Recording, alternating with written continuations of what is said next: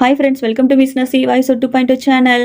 கடைசி பாட்டில் என்ன நடந்தது அப்படின்னா, ஹீரோவோட தங்கச்சிக்கும் அவ லவ்வர் வருண் அவங்களுக்கு கல்யாணம் பண்ணலாம் அப்படின்னு சொல்லிட்டு முடிவு பண்ணிட்டு ஹீரோவும் ஹீரோயினையும் ஒரு கோயிலுக்கு கூட்டிட்டு வந்திருக்காங்க. அடுத்து என்ன நடக்க போகுதுன்னு பார்க்கலாமா? இந்த பக்கம் பண்டிதரோ நான் இந்த கல்யாணத்தை பண்ணி வைக்க மாட்டேன் அப்படின்ற மாதிரி ஒரு மாதிரி பயப்படுறாரு. அதுக்கு ரிஷப்போ, ஹீரோட பேரு ரிஷப்போ, என்ன பண்டிதரே நீங்க எங்கேயும் ஓட முடியாது, இன்னைக்கு என் தங்கச்சிக்கு கல்யாணம் பண்ணி ஆகணும், அதனால நீங்க தான் பண்ணணும் அப்படின்ற மாதிரி அவன் சொல்ல, அதுக்கு பண்டிதரோ நீங்க என்ன விளையாண்டுட்டு இருக்கீங்களா, இந்த பக்கம் தான் ராட்சசன் சுத்திட்டு இருக்கான், அது மட்டும் இல்லாம மணப்பெண் கோலத்துல இந்த பொண்ணு இருக்கிறத மட்டும் அவன் பார்த்தான் அப்படின்னா கண்டிப்பா இங்க ஏதாவது ஒண்ணு அசம்பாவிதம் நடக்கும், நான் சாக விரும்பல, என்னை விட்டுருங்க அப்படின்ற மாதிரி பண்டிதர் இந்த பக்கம் சொல்றாரு.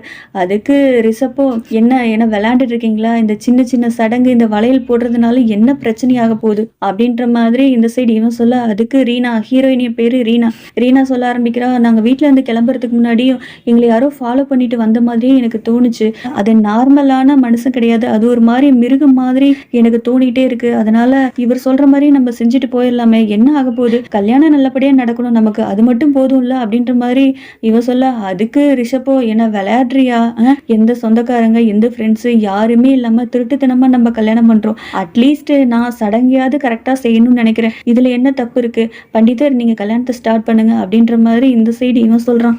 இந்த பக்கம் கோவில்ல அப்பா ஜமீன்தார் எல்லாம் வந்து கேக்குறாங்க, இங்க ஏதாவது கல்யாணம் தான் நடந்ததா அப்படின்ற மாதிரி கேட்க, அதுக்கு கோவில்ல இருந்து ஒருத்தர் வந்து சொல்றாரு, இங்க ஏதோ கல்யாணம் எதுவும் நடக்கல, ஆனா ஊருக்கு எல்லையில ஒரு சின்ன கோவில் இருக்கு, அந்த கோவில்ல கல்யாணம் ஏற்பாடு பண்ற மாதிரி நான் கேள்விப்பட்டேன் அப்படின்ற மாதிரி சொன்ன உடனே இவங்க அப்படி கிளம்புறாங்க.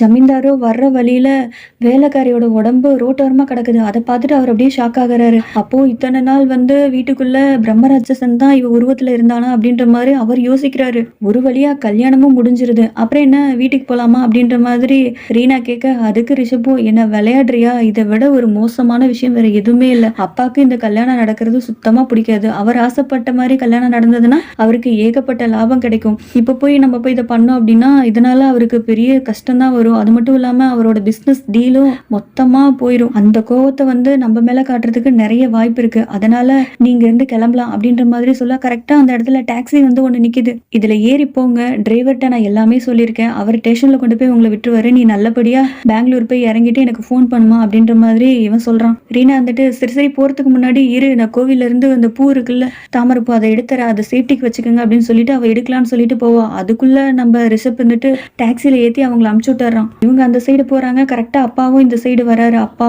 ஜமீன்தார் எல்லாம் வந்துடுறாரு, ஓங்கி ஒரு அரைவாரு ரிஷப்ப, ஏன்டா இந்த மாதிரி பண்ண அப்படின்ற மாதிரி கேக்குறாரு.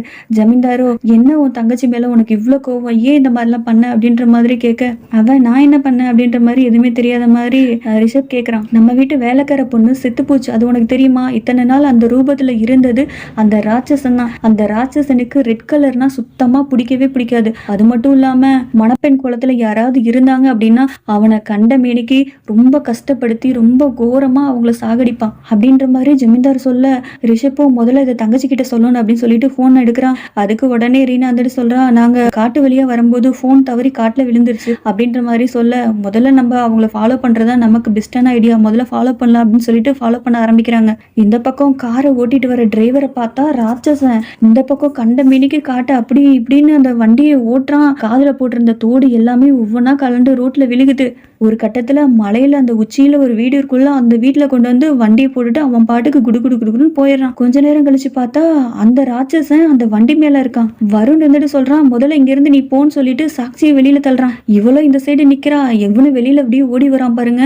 ராட்சசன் லவரோட கழுத்தை அப்படியே பிடிச்சிடறான். இந்த பக்கம் சாட்சியை பார்த்து திரும்பும்போது, தயவு செஞ்சு என்னை விட்டுரு, என்னை கொலை பண்ணிடாத, என்னை விட்டுரு அப்படின்ற மாதிரி இவன் இந்த சைடு கத்துறா, பயந்து வீட்டுக்குள்ள ஓடி போயிடுறா. ரீனாவும் ரிஷப்பும் இந்த பக்கம் வண்டியில வந்துட்டு இருக்கும்போது சாட்சியோட தோடு வந்து கீழே விழுந்திருக்கத ரீனா பாத்துறா. ஒரு நிமிஷம் நிறுத்து அப்படின்னு சொல்லிட்டு வண்டியை நிறுத்திட்டு அந்த தோடை பார்த்துட்டு அப்படியே யோசிச்சுட்டு இருக்கும்போது இந்த பக்கம் காட்டுக்குள்ள ஒரு சத்தம் கேக்குது. என்ன இது சாட்சியோட சத்தமா இருக்கு அப்படின்னு சொல்லிட்டு இந்த பக்கம் இவங்க அப்படியே வந்துட்டு இருக்காங்க. சாட்சிக்கும் என்ன பண்றதுன்னே தெரியாம அப்படியே உட்காந்து அழுக ஆரம்பிக்கிறா. அப்படியே உட்காந்துட்டே இருக்கும்போது அவன் மேல ஒவ்வொரு டிராப்பா சொட்டா ரத்தம் வந்து விழுகுது. அதை பார்த்து அப்படியே மேல பாப்பா பாருங்க, அவன் லவ்வர் அப்படியே செத்து அப்படியே தொங்கிட்டு இருக்கான். அந்த பிரம்ம ராட்சசனும் அவனை அப்படியே தூக்கி கீழே தூக்கி போடுது. இதை பார்த்து அவ அப்படியே கத்தி துடிப்பா பாருங்க. கரெக்டா அந்த இடத்துக்கு ரீனாவும் ரிஷப்பும் வந்துடுறாங்க. அண்ணா வருணை பாருண்ணா, எந்திரிக்க சொல்லுண்ணா, எந்திரிக்க சொல்லுண்ணா அப்படின்ற மாதிரி இந்த பக்கம் இவ பார்க்க பாவமா இருக்கு. அப்படி கெஞ்சுறா. இவனுக்கு தெரிஞ்சது ஆல்ரெடி இவ செத்து போயிட்டான்றது. வருண் செத்துட்டாமா அப்படின்ற மாதிரி சொல்ல, அப்போ என்னையும் அந்த ராட்சசம் விடமாட்டான், நானும் இப்ப சாக போறேனா அப்படின்ற மாதிரி இந்த சைடு இவ பயப்படுறா. உடனே அண்ணங்காரனும் இல்ல இல்ல நீ முதல்ல இந்த இடத்த விட்டு கிளம்புமா அப்படின்ற மாதிரி சொல்ல, உடனே இவளு தங்கச்சிக்காரியோ இல்லனா வருண் உயிரோட இருக்கிறதுக்கும் வாய்ப்பு இருக்கு, தயவு செஞ்சு அவனை எழுப்புன அப்படின்ற மாதிரி சொல்ல, இல்லம்மா அவன் செத்து போயிட்டாமா, முதல்ல இங்க இருந்து கிளம்புமா அப்படின்ற மாதிரி இவன் கத்துறான். அதுக்கு அவளோ என்னால முடியாது, இங்க இருந்து போக முடியாது அப்படின்ற மாதிரி இவ கத்துறா. கரெக்டா அந்த இடத்துக்கு ராட்சசம் வந்துடுறான். தங்கச்சியை அப்படியே தூக்கிட்டு போறான். மேல அப்படியே சாட்சியை காலை பிடிச்சி அப்படியே கொஞ்சம் கொஞ்சமா தூக்கிட்டு போறான். அதை வந்து கீழே ரிஷப்பும் ரீனாவும் பாக்குறாங்க. ரீனா கையில ஒரு தாமரைப்பூ இருக்கு, அதை எடுத்து அப்படியே தூக்கி வீசுறா. சாட்சி இதை பிடிச்சிக்கோ, இது வந்து அந்த ராட்சசிட்ட இருந்து பாதுகாப்பு கிடைக்கும், இது நீ பக்கத்துல வச்சிருந்தீங்கன்னா அந்த ராட்சசம் பக்கத்துல வரமாட்டா அப்படின்ற மாதிரி தூக்கி போடுவா பாருங்க.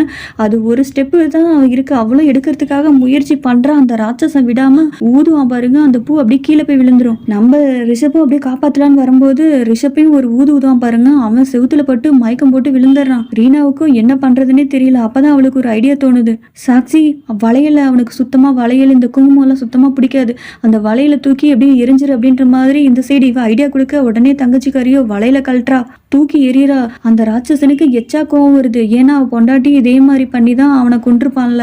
இவன் இதை பார்த்துட்டு இவன் ஒரு மாதிரி கோவப்படுறான். ரீனாவும் நீ கொஞ்சம் கூட யோசிக்காம தாலி கழட்டி வீசிரு அப்படின்ற மாதிரி சொல்ல, உடனே தங்கச்சியோ என்னால முடியாது அப்படின்ற மாதிரி சொல்ல, உன் உயிரை காப்பாத்திக்கிறதுக்கு இதுதான் ஒரே வழி, தயவு செஞ்சு தாலியை கழட்டி வீசிரு அப்படின்ற மாதிரி சொல்ல, இவ்வளவு அப்படியே வீசோ பாருங்க. எச்சா இவனுக்கு இன்னும் கோவம் வந்துருது. இந்த பக்கம் ரிஷப்க்கும் அப்படி முழிப்பு வந்துருது. சரி போய் தங்கச்சியை காப்பாத்தலாமேன்னு சொல்லிட்டு ரெண்டு பேரும் இந்த சைடு மாடி ஏறுவாங்க பாருங்க. ராட்சசன் அப்படியே தங்கச்சி மேல இருந்து அப்படியே தூக்கி கீழே போடுவான். தங்கச்சி கீழே விழுந்துருவாளா சரின்னு சொல்லிட்டு படி ஏறி அப்படியே வருவான் பாருங்க. ரெண்டு பேரும் வந்து அப்படியே ரத்த வெள்ளத்துல தங்கச்சி கடப்பா, சாகுற மாதிரி கடப்பா. என்னாச்சு, தயவுசெஞ்சு சீக்கிரமா போன் பண்ணு, டாக்டர் வர சொல்லு அப்படின்ற மாதிரி இங்க அண்ணங்காரன் அப்படியே துடிக்கிறான். அப்பா ஜமீன்தார் எல்லாமே வந்துடுறாங்க. சரியா அந்த இடத்துக்கு ராட்சசன் வந்துடுறான். எல்லாரும் அப்படியே காப்பாத்தலான்னு முயற்சி பண்ணும்போது எல்லாத்தையும் ஒரு ஊதிட்டு எல்லாரும் ஊதும் போது அப்படியே எல்லாரும் கண்ட மணிக்கு ஆளுக்கு ஒரு பக்கம் அப்படியே தெரிச்சு விழுந்துடுறாங்க. இவன் என்னடான்னா தங்கச்சி தூக்கிட்டு மேல போயிடுறான். ரீனாவும் ரிஷப்பும் அப்படியே காப்பாத்தலாம்னு சொல்லிட்டு அங்க இருந்து பாப்பாங்க. அவங்களால முடியல. அவன் வந்து தங்கச்சி ரூமுக்கு அப்படியே தூக்கிட்டு போறான். இதை இவங்களால பார்க்க முடியல. எப்படியாவது காப்பாத்தணும்னு நினைக்கிறாங்க, அவங்களால முடியல. ஜமீன்தார் இருந்துட்டு இதுக்கு மேல நம்ம எதுவும் பண்ண முடியாது, வாங்க இங்க இருந்து போலாம் அப்படின்னு சொல்லிட்டு கூட்டிட்டு போறாங்க ரெண்டு பேத்தையும். இங்க கதவு திறந்தா ரிஷப் வந்துட்டு தங்கச்சியை பொணமா அப்படியே தூக்கிட்டு வர்றத அம்மாக்காரி பார்த்துட்டு, இது என் பொண்ணே கிடையாது, என் பொண்ணு முகம் இந்த மாதிரி இருக்காது அப்படின்னு சொல்லி கதறி கதறி அழுகுறாங்க. அதுக்கு உடனே ரிஷப்போ அம்மா இதை வந்து ராட்சச கொண்டுட்டாமா அப்படின்ற மாதிரி சொல்ல, உடனே அம்மாவுக்கு கோவம் வந்துருது. நான் எத்தனை தடவை படிச்சு சொன்னேன், என் பேச்சை நீ கேட்டியா? அதுக்கு பையனும் இல்லம்மா இதெல்லாம் எனக்கு எதுவும் நடக்கும்னு தெரியாதுமா, அதனாலதாம்மா இதெல்லாம் நான் பண்ணிட்டேம்மா, நான் பண்ண தப்பெல்லாம் மன்னிச்சிருங்கம்மா அப்படின்ற மாதிரி கெஞ்சுறான். அம்மா இருந்துட்டு நீ என் பேச்சை கேட்கவே இல்லை, நீ செஞ்ச தப்பால இன்னைக்கு என் பொண்ணு செத்து போயிட்டா, அதுக்கு காரணமே நீதான். ஜமீன்தாரி கிட்ட போய் சொல்றா, நீங்க தான் எல்லாமே பாத்துக்கிறேன்னு சொன்னீங்களே, பாத்துக்கிற லட்சணத்தை பாத்தீங்களா எப்படி இருக்குன்னு. உடனே அப்பா கிட்ட போய் நானே எல்லாத்தையும் பாத்துக்கிறேன், நீ அமைதியாருன்னு என்ன வாய மூட வச்சீங்களே, உங்களோட புடிவாத குணத்தினால என் பொண்ணு இப்ப செத்து பொணமா கிடக்குறா.